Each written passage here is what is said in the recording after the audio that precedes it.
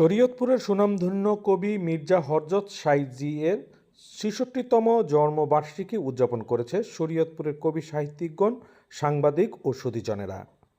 জাতীয় সাহিত্য ফাউন্ডেশন শরীয়তপুর জেলা শাখার আয়োজনে ও ফুলকুড়ি আসর শরীয়তপুর শাখার সহযোগিতায় সাপ্তাহিক শরীয়তপুর পত্রিকার সম্মেলন কক্ষে কবির জন্মবার্ষিকী উপলক্ষে আলোচনা সভা অনুষ্ঠিত হয়েছে। আলোচনা সভায় প্রধান অতিথি হিসেবে বক্তব্য রাখেন সাপ্তাহিক শরীয়তপুর পত্রিকার সম্পাদক মুজিবুর রহমান মাতবর। বক্তব্যে তিনি মির্জা হযরত সাইজি এর কবিতা, লিখনী ও সমাজ আলোকিত করার নানা গুরুত্বপূর্ণ দিক তুলে ধরেন।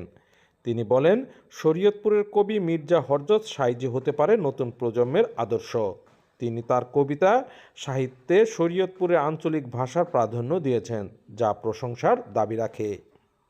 জাতীয় সাহিত্য ফাউন্ডেশন এর শরীয়তপুর জেলা শাখার সভাপতি এস.এম. শফিকুল ইসলাম স্বপন সরকারের সভাপতিত্বে জন্মবার্ষিকীর অনুষ্ঠানে অন্যদের মধ্যে আরও উপস্থিত ছিলেন কবি Shyamsundar Debnath, the daily global nation পত্রিকা সম্পাদক ডাক্তার মাহবুবুর রহমান, সাপ্তাহিক শরীয়তপুর পত্রিকার নির্বাহী সম্পাদক আমিনুল হক শাহ দুলাল, শরীয়তপুর জেলার কর্মরত বিভিন্ন গণমাধ্যমের সাংবাদিকবৃন্দ, কবি ও সাহিত্যিকগণ।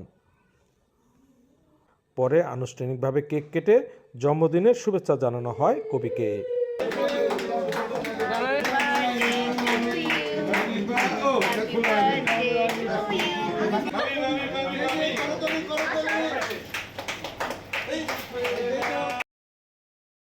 Mafizur Rahman Ripon, news plus 71, Shariatpur.